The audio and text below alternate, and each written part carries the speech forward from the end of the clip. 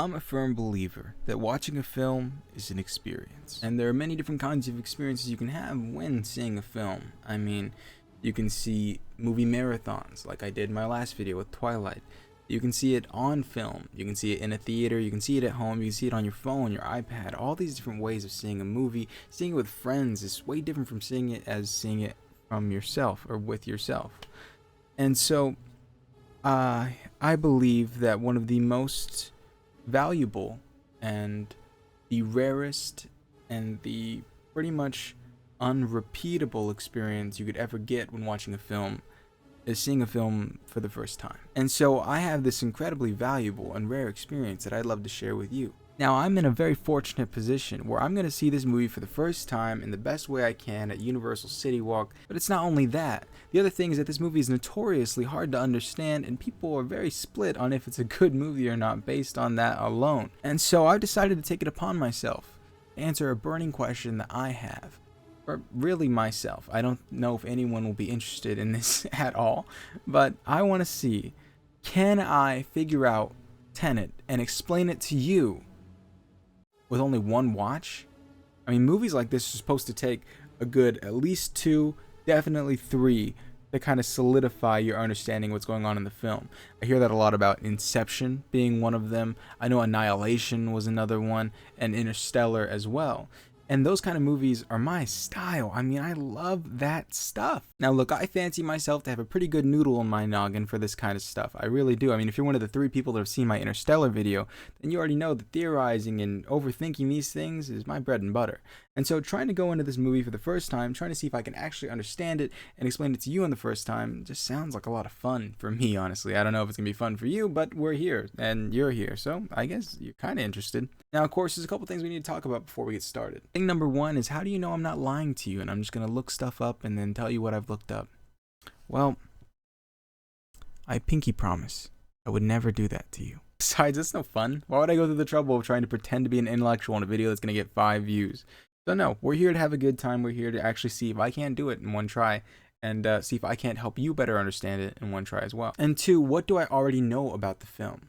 Well, I know very, very little, but I do know a little bit more than I wish that I did. I normally try to go into these things as blind as I can, but going through Twitter and seeing everybody talk about things all the time, you'll get little spoilers here and there. I don't have any plot spoilers, but I do have spoilers about kind of concepts in the movie. So I'll tell you about what I think I know, and then we'll just kind of go from there. I know Robert Pattinson is in it. I think I know that John David Washington is in it. As for the plot, these are the 2 things that I know. It has something to do with time and time traveling, I think. And it has something to do with maybe a bomb. And that is about it. I really know absolutely zero else about this movie, which I think is little enough to still make this a viable experiment. Now, if you're one of the 5 people that have accidentally clicked on this video, you're probably wondering, what's the point of this? Why do you want to do this from the first place? I mean, it's just a movie, go watch the movie. Well, you see, I have a grudge, and that grudge is against film audiences. Pretty much everybody. I don't like anyone. And you wouldn't either if you've been to film focus groups. You see, anecdotally speaking, I found that a lot of film audiences don't really pay attention to the films they're watching. They kind of passively watch it, or they really don't give it the attention that it deserves. Now, don't get me wrong, I don't think you need to intensely watch a film and try to understand it for you to have a good time. Sometimes the experience is all the fun it is. The gripe I really have is with those people that go to watch the film, don't really take the time to try and think about it and dissect it, and then have a big ol' yapping mouth to talk about how the movie sucks or didn't make sense or any of these things. This song is from the soundtrack of a movie called Tenet. Anybody see this? Because I need a manual. Someone's got to explain this. Yeah, I'm not kidding. What the was going on in that movie? Seriously, you need to be a neuroscientist to understand. And that's 2.5 hours of my life that I want back. I want it back. Lucky for her, by the end of this video, we'll have made the best Tenet guide the world has ever seen. So good that even babies can understand it. The biggest example I've had was watching Inception for the first time. People have always said that Inception is impossible to understand. It's this convoluted, complex mess that, and you walk out of it, your mind is blown. And when I watched it, it's pretty damn simple. I mean, they go into a spoiler, and then they just keep going deeper into the spoiler. They never like go back and forth. It's never really that complicated.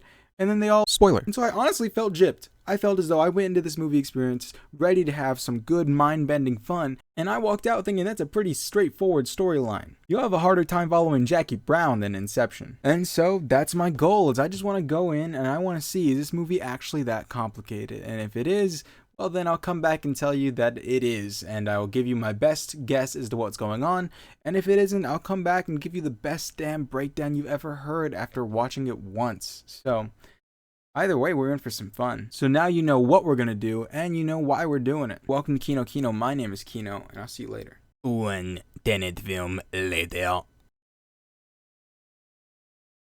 Time isn't the problem. Getting out alive is the problem. Okay, so it has been done.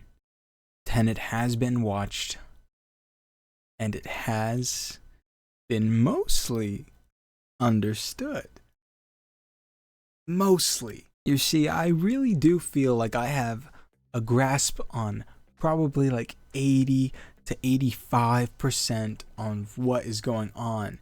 And I feel like for a first watch of this movie, that's pretty good. I spent a good amount of time trying to pay attention, trying to focus on things, and I've come out with my version of events and how it all works. And so what I thought would be a fun idea is that I'm going to explain Tenet to you through the lens that I have currently after watching it one time about 7 hours ago. And then from there, I believe that Chris Nolan has given some explanation to Tenet. So we're going to go see his explanation, and then we'll also see what the internet has said about the film to see if there's any other gaps that I might be missing. But my goal is to say that I know 85% of what is going on. If I can walk away with that, I'll be happy. I'll see you in the drawing board. Welcome everyone to my drawing board, Tenet, according to Kino.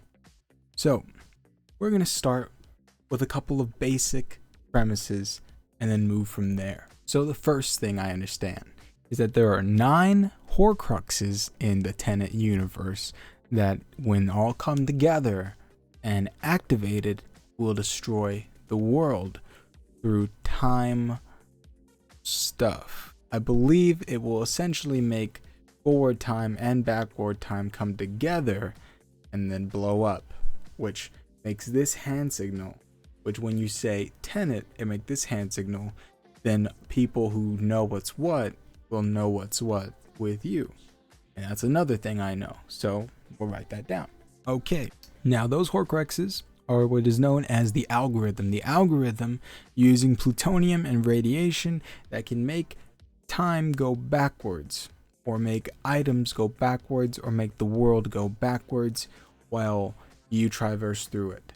Now this algorithm was created by a future science lady who was compared to Oppenheimer, which is actually a really cool callback. I do wonder, well, it's a call forward in the spirit of Tenet actually, which is pretty sick.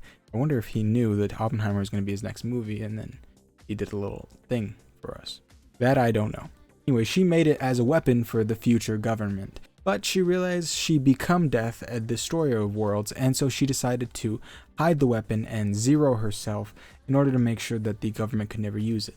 And so where did she hide it? In the past, which is the present time of the film itself. And then we have Badman try to find the algorithm for himself. Now what happens here is that this man grew up in Russia, in a secret Russian city, and he was hired by the government to do some sorcerer stuff. And sorcerer as in the movie Sorcerer or Wages of Fear, not sorcerer as in and so when he went to go and do that, he ended up finding the algorithm and this plutonium that was moving backwards. And I believe he found one piece of the algorithm. I believe he found some kind of thing about the algorithm, and that is how he became aware of it. That I'm a little fuzzy on. This Badman has found 8 of the 9 Horcruxes, so to speak, the things that together create the algorithm that will destroy the entire world when brought together and triggered. Now, what he does with it is he builds machines that will allow you to go through the machine and start going back in time, and to go back through the machine and start going forward in time. Except it's kind of a one-way street. You can only go through one side of the machine, out the other, and then you have to go to a different machine to do it again. And these machines are divided in a room with a glass window, so that way when you walk into the machine, you can make sure by looking through the glass window in the reverse world that you're walking out of the machine, so you know, okay, I'm walking in, everything's good, and I'm heading right back out because I can see me heading out. And as you head out in the going reverse, then reverse you can see present you going in right then. And that's the basic kind of core of what you need to know to understand what's about to happen. And this is where you get into an instance where you cannot know what is going on in the beginning. There's really no way of understanding that beginning sequence whatsoever, unless you have really great memory so you can think back to that sequence after you've been explained everything. Otherwise, you leave that sequence and you have no idea where that takes place, when that takes place, how exactly everything is working, and exactly what was going on in that sequence. I couldn't really tell you if that sequence actually is the beginning of something or if that's actually the very end of something. I think it's the beginning. It seems kind of like the beginning, but could also be the end. So that beginning sequence, I lost it. I won't lie to you. I tried, could not get it because I just didn't know what was happening I just didn't know what was happening during it. I was watching the whole thing. I didn't have this critical information to know what to look out for. The only thing that you really see is that when someone fires a bullet, it, instead of firing out of the gun, it fires back into the gun, which is apparently really serious, more serious than a normal gunshot. Now, knowing this basic knowledge, we know. Now with this basic knowledge, we get into the next part, which is that the protagonist tries to stop the bad man by finding the bad man and stealing the algorithm back. Okay, now that we have our basics, let me try and walk you through the entire movie through my lens, because I genuinely feel I have the whole story down and most of the story beats. I lost so many intricacies and I lost all of the names. I know no one's name, really. I know the name Catherine. She is a woman in the story who is very important, and that is quite literally the only name that I know. I do not remember the protagonist's name. I do not know Robert Pattinson's name, and all I do know Michael Caine's name is Michael in the movie. That's it. Which brings me to the largest reason why Tenet is so hard to understand on your first watch, especially in theaters. It's because there's no subtitles, man. You can't hear a damn thing anyone is saying in the movie. I'm telling you, it sounds amazing. The action sequences are great. The music is amazing. You can't hear anything. I mean, I was listening so intently, trying to catch every word.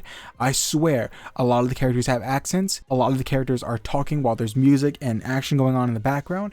It is darn near impossible to catch the words that are coming out of their mouths unless there's nothing going on in the background, unless there's a little light piano and they're talking at a decent volume. It is very, very hard to hear what they're saying. You give me subtitles, that 85% that I know about the movie skyrockets to 1010%. I feel so confident that with a little bit of subtitles, I would have got this movie down pat. But because I watched this bad boy in IMAX the way that the creator himself intended, I had a rough time. But I do believe I've got the core story down, and I do believe that I could explain it to you and you can understand what's going on. So let's do it. So the movie begins with the protagonist taking on an operation, but it goes south. That's an O, that's a P, that's the down arrow. And it leads to him being captured. Now, when he's captured, they're messing with some time stuff. Again, because you don't really know what's going on, you can't really take that and understand what's happening. So I lost that, don't entirely know what I was witnessing there, but they essentially were torturing him and they weren't going to let him try and zero himself, because that's what his game plan was to zero himself. And he ends up being able to do so. He ends up zeroing himself, believing that it's all over, except he wasn't actually zeroed, so let's erase that. Bam, he's actually A-OK. That's an A and a check. And so he's doing fine, and his government that he works for, or his agency he works for, that I believe is the CIA, they're like, hey, that was actually just a test. The pills were a test, that if you take the pill, you thought you were going to zero yourself, but in reality, you were just going to become super awesome agent man that we trust because you threw your life down for us other agent men. You are cool, and therefore you're going to be involved in our top secret mission. Now, looking back on it, it's kind of hard to say what actually happened there, if that was a real thing, if it was all a test, or just the pill was a test. if all of those things really did happen, and if they did they happen at the beginning or did they happen at the very end? And what exactly are we seeing when he wakes up? Is that him waking up from that operation or him waking up from a different operation, but they cut it to make it seem like it's that operation? I don't really know, but I do know that we are right here where he is cool and he's being invited to be in the top secret operation. Now, what is that top secret operation, you ask? What happens to do with time travel? We'll just do time to save space. Now, they found these kind of artifacts that are moving in reverse, and he's told to go and experiment with them. They have a lot of secret code words that he can use. He uses this and he says something about Tenet, and then they open the door. They know that he's legit, like we talked about up there. Now, he goes to this lady to kind of figure out what's going on and figure out what his mission is. Now, that lady explains to him that what's going on is that they have a wall full of bullet holes, they have a gun, and they have a bullet. And now the thing is that this gun isn't firing like a gun. So she gives it to him to let him fire, and what happens? The bullet goes backwards. He fires the gun, an empty gun, and a bullet shoots out of the wall and into the gun, and things are kind of wacky. And so that's basically his mission, is he needs to figure out what exactly is special about the bullet, and what exactly is going on with his gun, where is it coming from, and how do we make sure that it's not being used for nefarious purposes, is what I believe is happening. So we'll cut that into its own little section, and now from here, he needs to find the manufacturer of the bullet. And so they find out that the steel was manufactured in India, so they go to see an Indian arms dealer. And so he goes to India to try and find this bullet and talk to this arms dealer, and who does he meet? None other than Robert Pattinson, whose name I do not remember in the movie. Now, Robert Pattinson, he recruits Robert Pattinson because he's like, hey man, I need to talk to this arms dealer guy. We need to go ahead and get a meeting with him. And he's like, you know what? Let's do it, man. Let's figure it out. I don't really know who he works for. I think it's some kind of British intelligence, or that's what he thinks, is that he's working for British intelligence. You find out something later, but we'll talk about that later. And so he doesn't know about the time stuff. He only knows that he's helping this guy talk to a weapons manufacturer. Now, they go and they come up with this plan to bungee jump up to the top of this building to talk to the arms dealer. Lo and behold, the arms dealer is not the real guy behind the scenes. It's actually his wife, or this woman who may or may not be his wife, pretending that he's the one behind the scenes. And she tells him the guy that has this kind of stuff that's wild, and that he's the one who's behind kind of the reverse bullets. And so essentially, that's a bullet. And so essentially, if he wants to find out more, he needs to go to him. Now, is this exactly what's happening? Is this exactly what she says? Not quite. I don't remember exactly what she says because I couldn't really hear a lot of what she said. But the basic premise is that he needs to find this one guy who is the one who's behind these kind of reverse bullets, so to speak. Now, this guy is a bad man. He's the bad man. He's the one with the algorithm, of course, like we talked about earlier. But before he does that, he talks to Michael Caine at a certain point. We'll go ahead and do MC for Michael Caine. And Michael Caine tells him that this bad guy has a wife, and that wife sold him a forged painting, which essentially kind of ruins her life and defrauds him in some kind of way. Apparently, she can be arrested, I think, for defrauding him, or maybe it just ruins her career. I think it's more like arrested, because he holds it over her for the rest of her life, pretty much, that she defrauded him out of $9 million because she accidentally sold him a fake painting. And so he decides, okay, I'll use that information as blackmail, because he doesn't know that the guy who's been defrauded already knows he's been defrauded. He only thinks that he's going to walk in there and be like, hey, I know what you did. You messed up. You defrauded this guy out of millions. And she's just going to be like, oh, okay, man, I'll do whatever you want. But instead, she's like, psych. He knows already, man. He knows what I did, and he holds it over me. You think I love this guy? No, he's a bad man, as you can see. And so I'm stuck here with them, because if I try to leave, he will take my kid away from me. And so it is what it is. I'm stuck here. He knows, and you're screwed. And so he makes a plan to say, okay, what if you go ahead and tell me where I can find his special storage? I'm paraphrasing. I don't really remember what happens here, but essentially he's like, give me his special storage. I'll destroy that forged painting so he can't hold it over you anymore, and I'll get what I want. And she's like, I don't trust you, but I have no choice. So we're making a deal. Okay, we're making a deal. And that's that section. Now, the next section is that he goes to this airport, Freeport. He goes to this airport hangar thing where they put in art that is tax-free until the buyer wants to purchase the art or sell the art, and then they send it away. That is what they explained it as. I don't really know the intricacies of that. I know that for some reason there, the man is believed to have both the paint. Oh man, that's his paint, and he has some part of the algo there as well. Now, when I say algorithm, they don't really know about the algorithm yet, but they know that it has something to do with that time stuff is there. They're thinking it's probably the bullets or something like that. But when they get there, they find something completely different.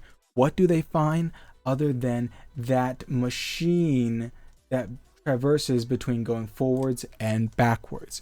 And so when they get there and they do a whole big thing, they crash a plane into a building in order to cause a distraction, in order to cause smoke to come down to clear out the whole building so they can go and traverse through it and find out what's going on. So instead of finding the bullets they're hoping for, finding out more answers, they find up more questions because they come across that machine. And not only do they come across a machine, but they come across bullet holes in the walls and a gun on the floor. And now our protagonist is there with Robert Pattinson, and Robert Pattinson is about to touch stuff, and the protagonist is like, hey, you probably shouldn't do that. I've seen some weird stuff lately, just leave it as is. He doesn't know that Robert Pattinson already knows. And you don't know either at this point, but we'll talk about that later. And so he realizes, oh snap, something is about to happen, and it's about to happen in reverse. And what happens? The doors on the machines open, and out come two masked men, one on Robert Pattinson's side and one on our protagonist's side, and they start fighting. I mean, they start fighting, but they fight in a very weird way, where Robert Pattinson is chasing after the guy in his side of the building, while our protagonist, I know the actor's name is John, but we've been calling the protagonist, so we'll just stick with the protagonist. The protagonist himself is fighting, but backwards. So bullets are being sucked out of the wall into the gun from this guy who's shooting at him, until eventually this guy is presumably sucked out of the building into this jet turbine, and the jet turbine blows up. Now you don't see him get sucked into it, you just see a big explosion, and you see him get sucked through, and that's pretty much all you see. It's pretty wild, it's pretty crazy, it's weird. But that's kind of where he realizes, okay, something is really strange here, because it's not bullets, it's not weapons that are traveling back in time. Now there are straight up people who are traveling back in time, or moving in reverse is more like it. And so from there, he believes he's destroyed the painting. He's wrong. He did not destroy the painting. The painting is still alive and well, and he is still in a predicament, because he's like, okay, something is seriously wrong here. I don't know what is happening. And so he realizes that he needs to talk to the bad guy.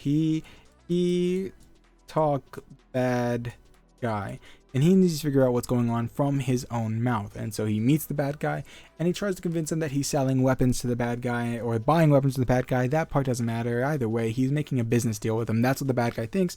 That's what he's leading on. Little does the bad guy know that he actually has a plan, that he's been kind of figuring things out about what the bad guy's doing, so he's going to try and actually steal a piece of the algorithm from him.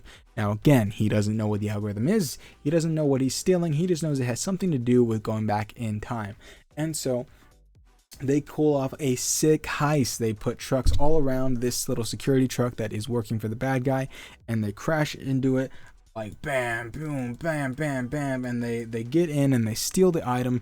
But after they steal the item, what is happening? A SUV is driving backwards, and reverse bullets are firing away from them, as this guy, the bad man, has shown up, and he has a gun, and he's putting it to his wife Catherine's head. Catherine, again, is the wife of the bad guy who has the painting lorded over her, and he has the air mask on, and he has his gun to Catherine, and it's like, hey, give me the thing back or I zero her. And so in a moment of weakness, he decides, okay, I'll give it back to you, but not before this gray sedan rolls up between them, as he throws the case across the hood, and it goes into the SUV with the bad guy, and then they go. A bunch of chaos ensues, but then he saves her, and then Robert Pattinson calls for backup. RP is calling for some BU. And what happens is that the main protagonist is like, who are you calling backup for? This is just us, really? And so then after that, what happens is that he gets kidnapped by bad guy, and the bad guy takes him to another machine, just like the one in the airport, where you walk in, reverse time, walk out, all that good stuff. Takes him to another machine where in there, what happens is that he is being reversed through the other side, the bad guy is, and he's threatening to reverse shoot his wife Catherine unless he gives up the information that he wants, which is where did he throw and where did he hide the algorithm. Yeah, he's asking him, did he put it in the protagonist's BMW? He's asking, did he throw it somewhere else? Where is it? The protagonist said that he put it in the glove compartment of his BMW. And then the guy's like, all right. He ends up shooting his wife anyways, pretty much. And then he says he's going back out there to go and find it. And that's pretty much that. And so now from here, everything changes. After he leaves to go do his thing, a whole big government group shows up with Robert Pattinson that are like, hey, we're on your side. Things are crazy. We'll kind of talk to you about what's going on. And he finds out that Robert Pattinson knows. He knows about everything. He's known about this time stuff all along, even before the protagonist knew about this time stuff, and that he's working with a secret agency to try and solve this time stuff pretty much. And so what the agency tells him is that Catherine unfortunately is shot and is dying because those kind of bullets are really rough. And so he's like, well, what if we go back in time to try and save her? Like, take her through the machine so that the wound reverses and she heals, which is a thing, apparently. And they're like, yeah, we could do that, but it's going to take like a week. And then you can't get back through because there's no machine that will be available in a week. And he's like, oh, I know a machine that was available last week. It's in the airport. We'll go to the airport. We'll bring her back through the machine after she's healed, and we'll be back like nothing ever happened. And so he's like, all right, let's do it. So they go through the machine, and now they're in reverse time where things are all going backwards. But they're in this kind of protective environment that's all sealed off. And so they're not moving backwards, and time isn't moving backwards in that environment. So they can breathe normally and everything's fine. But he decides, hey, I need to go back out there to see if I can't save her back then. And they're like, it's not going to work. What has happened has happened. You cannot change that, but go for it, I suppose. And they humor him and they let him head out there. But they teach him a few things. He needs to wear an oxygen mask because his body will not take air in the same way. He will suffocate. And he cannot come in contact with his own self because that will also possibly implode the universe, I believe, or something like that. And so he's going to be going in reverse. And so he's like, yeah, man, I'm with you. I got it. And so that's what he does is he goes, the entire world is moving in reverse and he's kind of counteracting it to a certain degree. The intricacies of this, I'm not too sure of. But he goes and he tries to save him, only to figure out that he was the one in the gray sedan that came between him and the bad guy. But it's future him, future him now going in reverse. And so what he finds out is that past him threw the box over the hood into the bad guy's truck, but he also threw the algorithm itself inside the sedan. And he's like, whoa, it was in my car, it was me. But then the car ends up crashing and the bad guy shows up with the oxygen mask and he's like, oh, you're a moron, like I told you, this isn't how that works. And then he takes the algorithm from the car, and he blows up the car. Now, when he blows up the car, the protagonist is inside. He is exploded. He somehow, instead of exploding, freezes, develops hypothermia, still lives, and ends up back with Robert Pattinson. I do not know how that worked, but it did. And so Robert Pattinson's like, I told you, man, what's happened has happened. He's like, yeah, you're right, man. What's happened has happened. Okay. From here, they travel on boat and they travel in these little contained areas to try and let her heal in reverse while they go and head to the next machine in the week in the past. Now, the way that time travel works in here is very, very interesting. You see, it's not like going back in time to a certain point or being able to travel to and fro like it's willy-nilly. You have to go back in time and wait that period of time because the world is moving in reverse according to you. So say you want to go back a week from now, well, you go through the machine and then you have to wait a week in that time for it to get back to a week from now. And so that's what they're doing is they travel to the airport and they wait until it's been a week until they've made their big raid on the airport so that way they can bust in and go through the machine while their past selves are there discovering what exactly is going on for themselves. Now this is pretty sweet. So what happens is that they start heading to the airport hangar after the airplane has crashed, and now they're trying to make it inside in order to get to the machine. And so what happens is that one of the turbines explodes and it shoots the protagonist underneath and into the building, right face to face with past him. That's right, earlier, the two guys who popped out of the machine, it's both him. And so he goes and he's fighting his guy, but this time he's fighting him in actual real time. We get to see him fight. Instead of fighting backwards, he's fighting going forwards this time. And so then he ends up going all the way back to going inside the machine. And then when he gets out of the machine, he's running, but Robert Pattinson on the other side of the machine.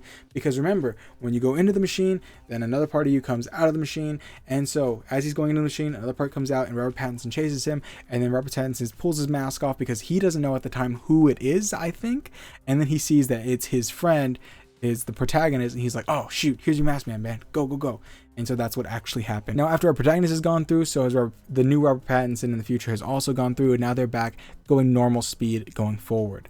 Now the issue from here is tenfold, because now what they need to do is they need to get the algorithm back. The only problem is that he has all of the algorithm now. He has all 9 pieces, and he's going to use them all to destroy the world. And why is he going to destroy the world? Because he's selfish. He doesn't want the world to exist without him, just like he doesn't want his wife to exist without him, and which is why he lords over her and keeps her there even though she doesn't love him.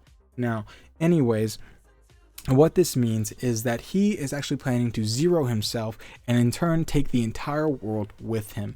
And so it's connected to his heart rate monitor. So if he zeros, then the entire world zeros all at once. And so what does that mean? That means that they cannot take him out. That means they have to go ahead and disarm the Horcruxes first, the algorithm first, in order to make sure that the world is saved. Now, what this means is they've decided to make this temporal pincer maneuver. Now, what a temporal pincer maneuver is that you have one group of guys go in real time, and you send another group of guys going in from the past, and then they all fight together at once, and then they of course make their separate ways, and that's all the end of it. But you're being fought by the past and the present in reverse and going forward all at once, which makes for a very devastating battle. So now they've planned a pincer to attack the bad guy's facility where he's holding the algorithm in order to disarm it. So one team that has the protagonist is going to be going forward through time to try and find the algorithm and disarm it, while one team is reversing backwards through time and is going to, I believe, cause chaos, and I think even gave the future team information. I don't entirely remember. But what I do know is that from here, Robert Pattinson and the protagonist are separated. They're fighting. Robert Pattinson's fighting in reverse. Main character's fighting forward. He needs to go ahead and make his way to find the algorithm and disarm it. So they're all fighting, things are getting crazy, time's going backwards, time's going forward, and then they go and run inside this bunker to try and find the algorithm. But what they don't realize is that a mine has been set up, and behind them this Hummer is honking at them as they're running in, as though the Hummer driver knows, hey, don't go in there. But they go in there anyways. They trip the mine, and then a big kaboom happens, and that kaboom has made it so that way the entire thing is collapsed behind them, and they have no choice but to press forward. And so they do. This is the protagonist, and then the protagonist kind of like sergeant guy, and so they press forward, and then they get to the area where the algorithm is, and when they get there, there's a dead body on the floor in front of them with this little like kind of tag on the back, and the first protagonist is kind of like, huh, that seems familiar. And then next thing you know, that the algorithm is being assembled in front of him by the bad guy's henchmen, and the algorithm is being assembled, and then he's like, oh no, I can't pick the lock. And the next thing you know, this other guy runs up and opens the door for him, and then that guy gets shot, and then his body is there and he is gone. And then also Robert Pattinson shows up and helps out as well. And then they disarm the algorithm, and they save the world. Saved. Good. Now, while this is going on, they had Catherine go back and pretend to be former Catherine to try and seduce and distract the main bad guy. And then she ends up being like, you know what, I can't help it, I need him to be gone. And she takes him out. Luckily, she takes him out after they've disarmed the thing, but she really did just kind of throw away the entire world just to get this guy out of the way, which was a crazy task because she just had total faith that they were going to do something about it, or she was just being completely silly, which I think she was being completely silly. Once it is done, they have all 9 pieces of the algorithm, and then they all separate, and then they all come up out of the desert. Now, but what was also happening during this time is that Robert Pattinson was originally going in reverse, but he saw the guy plant the mines in front of that entrance that the protagonist runs into. And so he's like, oh shoot. And so he runs, and he decides he's going to go back through the machine to try and go forward in order to go ahead and warn and save his friend. So he actually is the one who's in the Hummer honking and trying to warn them, and he doesn't make it in time, and so that's what happens. So then he goes and he decides, okay, well, I'm still going to go ahead and try to head around and help them out. And he does. And he goes around and he helps them out, and it's all great. And that's important because now Robert Pattinson is with the protagonist and with the other sergeant guy. And the sergeant guy is kind of like, oh, I'm going to zero you now. And he's like, I'm just kidding, but I might do it. If I find you again, I will do it. So make sure I don't find you again. He gives them each a third of the algorithm and tells them, hey, go bury this somewhere. Don't tell anybody about it. And then best of luck for the rest of your lives. And then they're like, all right, sweet. And then Robert Pattinson's like, hey, like, wait a minute. And then he tosses his piece to the protagonist. And he's like, actually, I'm the only one that can open that door in the past, right? The ones that you guys had to open to go ahead and disarm the algorithm. He's like, I guess I should probably go do that. Just make sure everything goes good. And that's when he turns around and our protagonist realizes, oh my gosh, that little back tag thing that I saw on the body on the ground, that's him, that's his body, that's his tag thing. And he realizes that Robert Pattinson is about to go and get zeroed, and he's like, wait a minute. And then he's like, hey, can we change anything? And he's like, no, man, you can't change. What has happened has happened. Like, okay.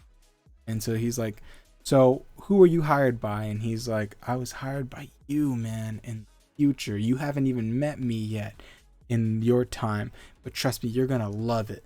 It's gonna be great. We're gonna have a great time. And you thought you met me. That's actually not what happened. You didn't meet me there. You sent me back to go and meet you in the past for the very first time and then do this whole thing with you. But it's always been you, man. You are the one behind it all. And he's like, so wait a minute, I'm gonna see you again? I haven't met you yet. And he says this really beautiful line, made me tear up. He said, for me, this has been the end of a beautiful friendship. And then the protagonist is like, but for me, it's just beginning. He's like, you're going to love it. We get up to a bunch of crazy stuff, and it's a very heartwarming moment. And then they go their separate ways.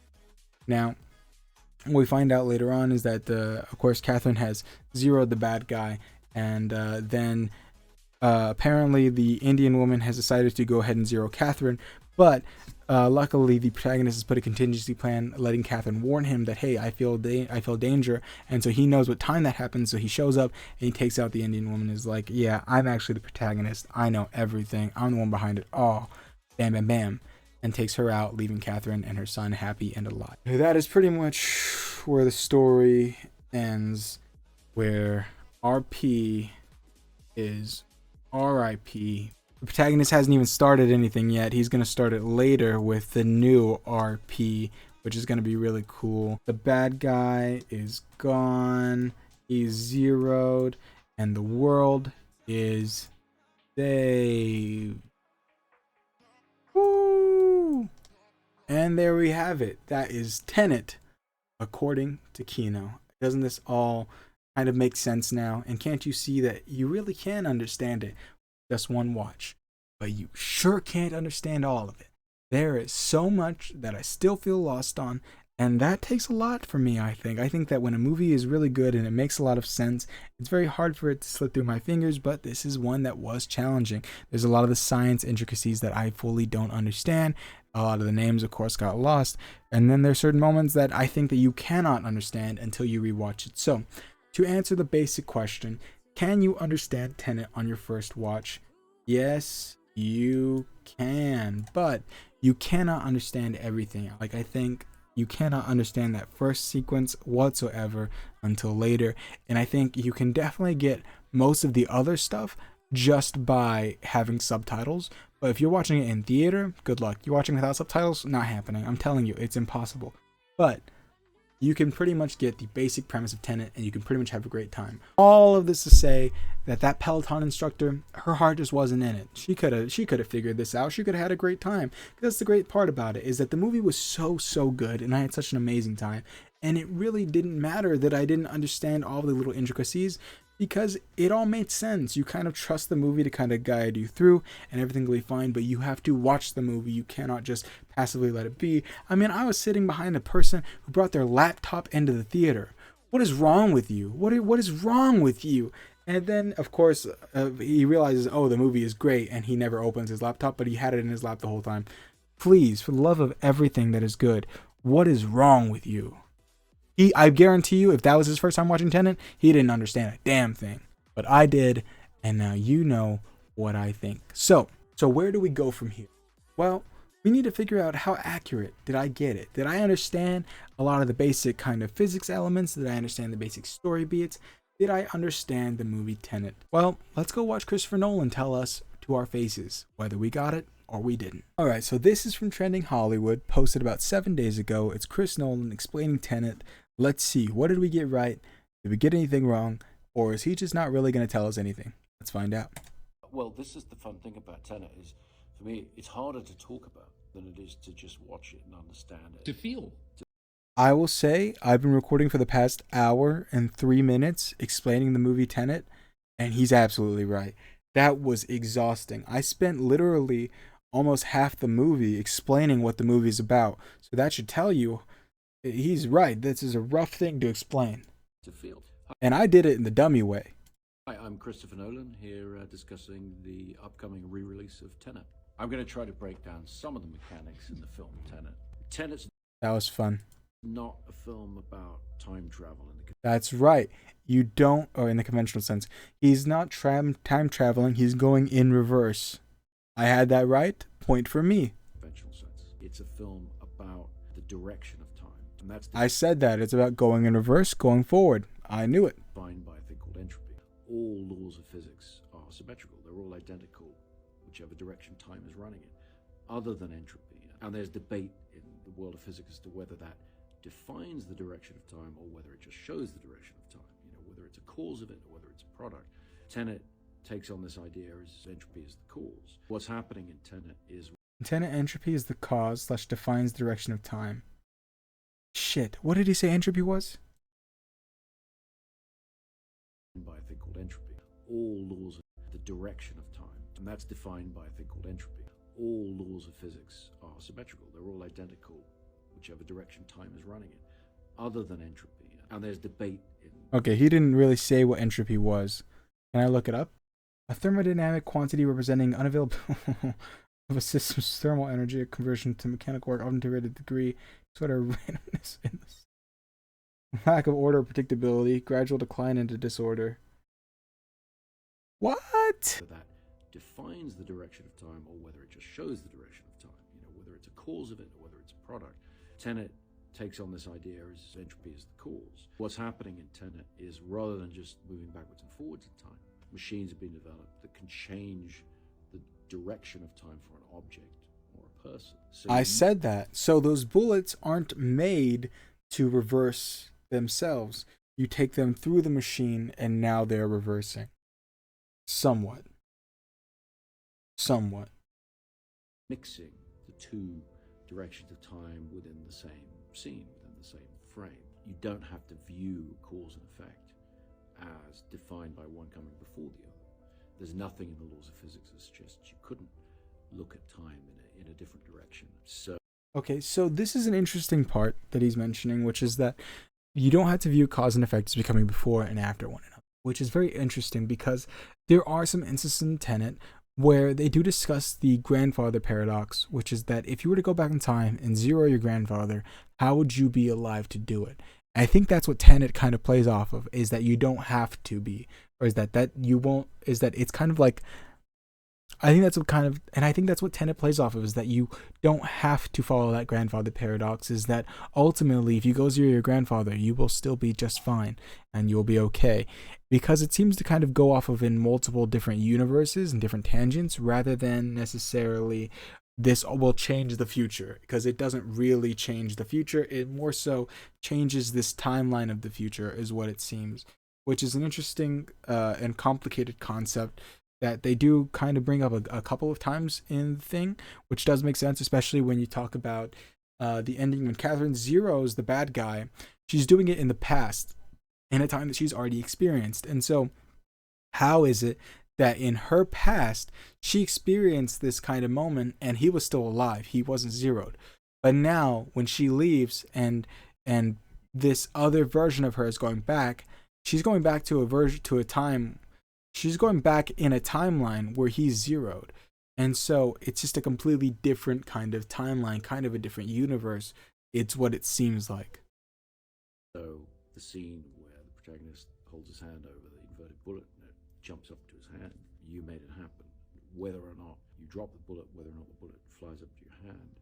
It has to be your hand, it has to be your will that's making it happen. If the popcorn kernel itself was running in a different direction of time, it can come up into the hand. In the film, we posit that's because its entropy is being reversed. For that reason, a lot of Tenet is constructed like the title as a palindrome, so it reads the same forwards and backwards.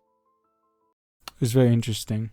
So, saying that the time itself reads the same forward and backwards is interesting, because I did notice that there is a scene, like Chris is showing, where he drops a bullet, or no, he doesn't even drop a bullet.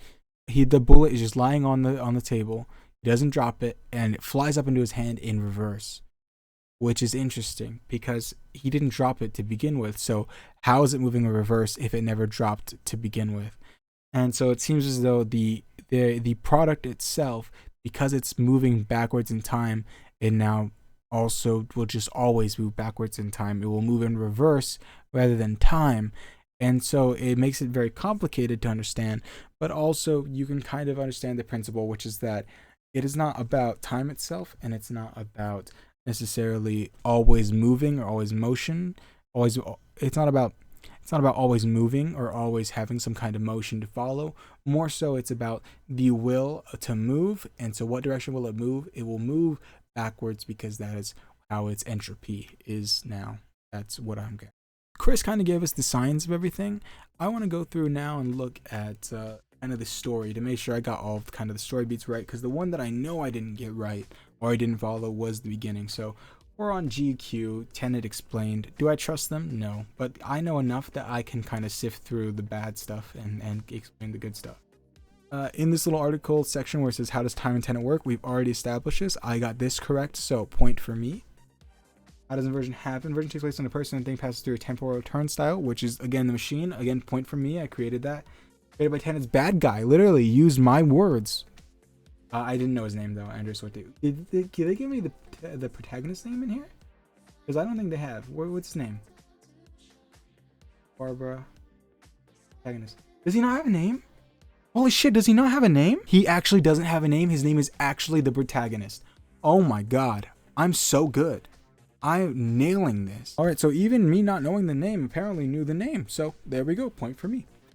It was inverted that can move backward for a seemingly infinite amount of time to the point, for instance, where they can interact with an earlier version of themselves. However, inverted time flows still at the same pace, because if you're trying to get to an event that took place a week ago, you'd have to wait a full week. Again, point for me. Nailed that. Holy crap, I'm so good.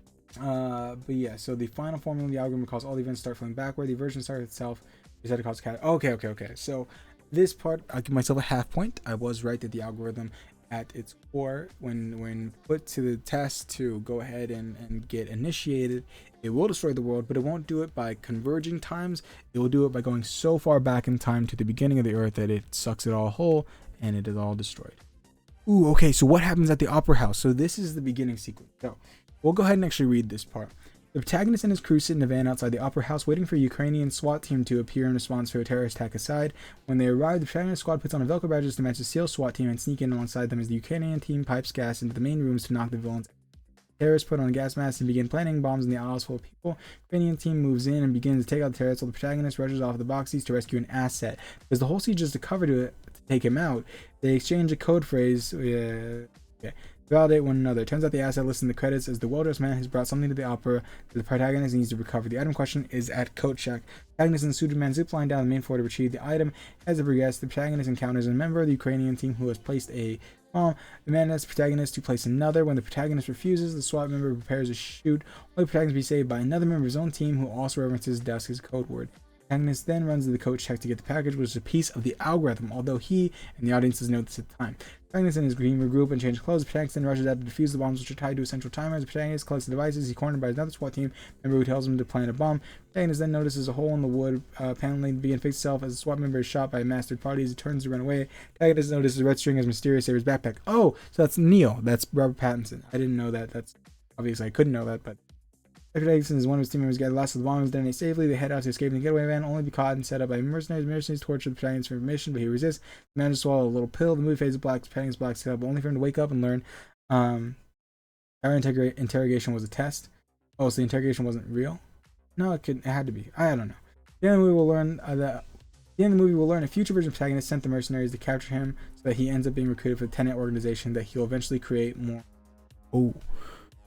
Okay, well, yeah, I'm with that. I think that's also a 75% of a point for me, because I did know that he is sending himself back in, because I did know that he's going back in time to get himself to recruit himself. So I feel pretty good about that. Okay, so Tenet is the name of the organization the protagonist himself has created. I actually didn't know that. I thought that it was what they said as a code word. So that's not a point for me. I've completely got temporal pincer correct, it seems, so we'll just go ahead and leave that be and point for me. Alright, so what happens at the end? So the three regroup, having saved the day. At this point, Neil states that he's been working for a future version of the protagonist the entire time. The two pals have met in Neil's past, which is actually the protagonist's future. That's why one of their first scenes together, Neil already knows the protagonist doesn't drink when working. Neil then says this is the end of his story, as he'll need to leave in order to put himself in the right place to take the bullet underground. However, the two will meet again once the protagonist recruits Neil at some point in the future. This is the close of their friendship, but the beginning is still to come. At this point, we can understand Tenet's narrative functions as temporal pincer itself, with the past and protagonist working to bring the film's events together, like the aforementioned opera house opening.